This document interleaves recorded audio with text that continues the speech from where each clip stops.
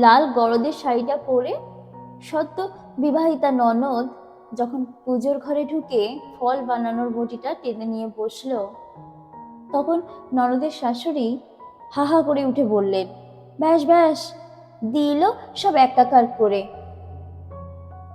আমরা ব্রাহ্মণ মানুষ, তোমরা হলে কি জাতিতে শুদ্ধ? মায়ের পুজোর ভোগে তোমাদের হাত দেওয়া চলে?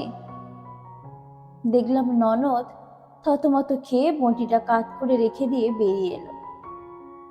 ও শাশুড়ি তখনও গজগজ করে চলেছে। ছেলের আবদারে ঔষধ গেলা করে এই সম্বন্ধ মেনে নিতে হয়েছে। সব মানিয়ে গুছিয়ে চলছে। কি আর করব, আমার কপাল বলে। তাই বলে সোজা মায়ের পুজোয় হাত লাগিয়ে দেবে? আমার সব শেষ করে দিল। আমার সুন্দরী উচ্চ শিক্ষিতা চাকরিরত ননদ অশান্তির ভয়ে চুপ করে দাঁড়িয়ে রইল। চোখের ইশারায় আমাদেরও চুপ করতে অনুরোধ করলো। আসলে হয়েছে কি, আমার একমাত্র ননদের বিয়ের পর ও শ্বশুর বাড়িতে কালী পুজো উপলক্ষে আমরা প্রথম গেছি। ওরও এবছর প্রথম পুজো। ওনারা ব্রাহ্মণ হলেও ব্যবহারে কখনো সেভাবে ছুতোমার খেয়াল করেনি। বেশ খোলামেলা বলেই মনে হয়েছিল। কিন্তু আজ এই তথাকথিত উচ্চ জাতির নিম্ন মানসিকতা দেখে হতবাক হয়ে গেলাম। একই বাড়িতে একই ছাদের নিচে থেকে এভাবে ছোঁয়াছুঁয়ি বাতিকে কিভাবে বাকিটা জীবন কাটবে বুঝতে বাকি রইল না। যাই হোক, আমার শাশুড়ি মায়ের খুব খারাপ লাগলো। সেসব চেপে রেখে আমরা পুজোর শেষ অবধি থাকলাম। খেতে বসে দেখি বিরাট আয়োজন। পাশের ইটভাটার কয়েকটা ছেলে মেয়ে নিমন্ত্রিতদের মধ্যে এসে পড়েছে। এসেছে রাস্তার কিছু উদ্দেশ্যহীনভাবে ঘুরে বেড়ানো ভবে ঘুরেও। একটু ভোগের আশায় দাঁড়িয়ে আছে দোরগড়ায়। তাদেরকে একটু খাবার দেওয়া তো দূরস্থ, যত সব মরতে আসে এখানে বলে তাদেরকে দূর দূর করে তাড়িয়ে দিল বাড়ির এক আত্মীয়। অবাক হলাম, এত আড়ম্বরে পুজো করে মায়ের সন্তানকে দুটো দানা না দিয়ে তাড়িয়ে দিল।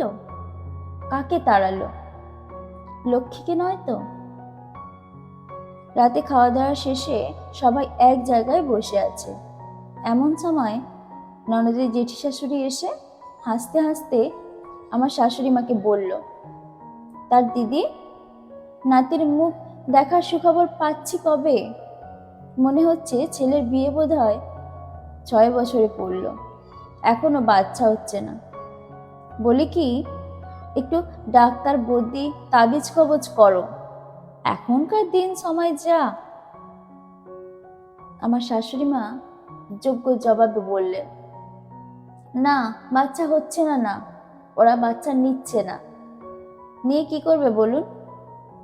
আমাদের মতো এইরকম প্রতিবেশী আত্মীয়ের পাল্লায় পড়তে হবে যে। ওর জেঠি শাশুড়ি গোমরা মুখে মুখ বেঁকিয়ে কোথায় যেন চলে গেল। আমি তো মায়ের গায়ে চিমটি দিচ্ছি আর বলছি, করো কি, তোমার মেয়েকেই তো দুর্ভোগ পোহাতে হবে। যথারীতি আবার গল্প আড্ডা জমে উঠেছে। ওদের আত্মীয়া একটি 22-23 বছরের মেয়ে হলুদ সালোয়ার পরে ঘুরে বেড়াচ্ছে। মেয়েটা এক সময় ওর মায়ের কাছে এসে ফোনটা রেখে দিয়ে আবার কোথায় যেন চলে গেল। মেয়েটাকে দেখেই নয়নদের শাশুড়ি বলল, ও মিনু, মেয়ের বিয়ের সম্বন্ধ দেখছিস? বাবা, মেয়ের গায়ের রং কি ময়লা হয়েছে রে, তোর মতো দেখতে হয়নি তো। বাবার বাড়ির ধাত পেয়েছে না, এখন থেকে ছেলে দেখ, বয়স কম, চোখ মুখ ঢলঢলে থাকতে থাকতে পার হয়ে যাবে। পার হয়ে যাবে কোথায়? যাবে তো সেই এইরকম একটা শ্বশুর বাড়ি আর এইরকম এক শাশুড়ির কাছে। তার চেয়ে যতদিন মা বাবার আদরে থাকে থাক না। ঘাড় ঘুরিয়ে দেখি ননদের ঠাকুমা শাশুড়ি, 80-র উপরে বয়স, বয়সের ভারে নুয়ে পড়েছে, তবু কথাবার্তা জ্ঞান এখনো টনটনে। চেয়ারে বসতে বসতে বললেন, আমি বিয়ে হয়ে এসেছি যখন, আমার বয়স তখন 10 বছর, কিবা বুঝতাম। তারপর সংসারের হাল ধরলাম, কখনো কাউকে ছোট করিনি, মানুষকে না খাইয়ে বাড়ি যেতে দিইনি। তোমাদের দুই বউকে আমি দুধরাঙা গায়ের রং দেখে আনিনি বৌমা, যথেষ্ট চাপা তোমাদের গায়ের রং ছিল, এখানে এসে মেখে চোখে একটু ছিঁড়ি হয়েছে। আজ তোমার কথার পিঠে কথাটা বললাম, নইলে এইসব নিয়ে একটা কথাও বলতে দেখেছ আমাকে? এইসব তোমরা এখনকার যুগের মানুষ।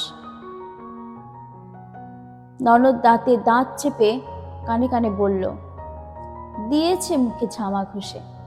উনি আরো বলবেন, নিজেদের মনের অহংকার জেদ লালসা নিয়ে তোমরা দীপাবলিতে আলো জ্বালাও, মনে স্বরলিপি কিলবিল করছে, 14 প্রদীপ দিয়ে লাভ কি? আগে মনের মধ্যে অন্ধকারগুলো সরাও।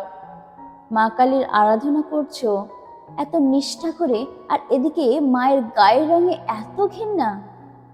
আমার তো তোমাদের কাণ্ড দেখে মনে হয় মা কালী শিবের বুকে পা তুলে দেওয়ার জন্য নয়, তোমাদের কাজকর্ম দেখে লজ্জায় এক হাত জিভ বের করেছে। সব মিটিয়ে বাড়ি এলাম, তবুও কানে বাজছিল ওনার কথাগুলো, বদলাও বদলাও। এক বুক অন্ধকার নিয়ে বাড়ি সাজালে বাইরেটা আলো হলেও প্রদীপের নিচে অন্ধকারই রয়ে যায়। সময় আছে এখনো, বদলাও। যদি কোনো ভুল ত্রুটি হয়ে থাকে নিজ গুণে মার্জনা করবেন। যদি ভালো লেগে থাকে আমার চ্যানেলটিকে লাইক অ্যান্ড সাবস্ক্রাইব করে পাশে থাকবেন। আপনার মূল্যবান মন্তব্য কমেন্ট বক্সে অবশ্যই জানিয়ে যাবেন। আমার সঙ্গে এতটা সময় থাকার জন্য অসংখ্য ধন্যবাদ।